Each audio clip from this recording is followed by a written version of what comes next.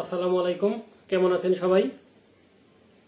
গতকালকে আপডেট দিতে পারি নাই, আজকে বাজার যেতে পারি নাই, কারণ প্রচন্ড ব্যস্ততায় আছি, যার জন্য আপনাদের কাছে আন্তরিকভাবে দুঃখিত।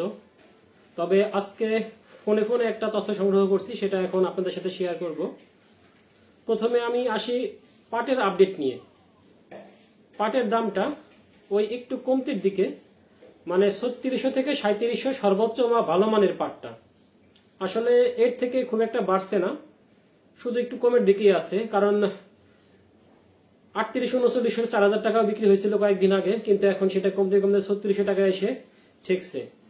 তার মানে পাটের যে একটা বাড়বে এই সময়, আমরা সবাই আশা করি যে বাড়ে এই সময়টা আসলে, কিন্তু সেই বাড়ার বিষয়টা এখন নাই, এখন শুধু কমছেই।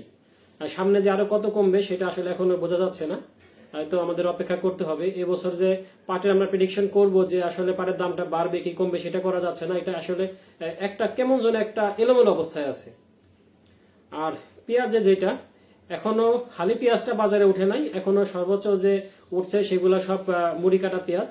হালি পেঁয়াজটা উঠতে আরো একটু সময় লাগবে। প্রিয় দর্শক, আপনারা অনেকেই বলে থাকেন হালি পেঁয়াজের দাম দেখানোর জন্য, কিন্তু আসলে হালি পেঁয়াজটা বাজারে এখন নাই।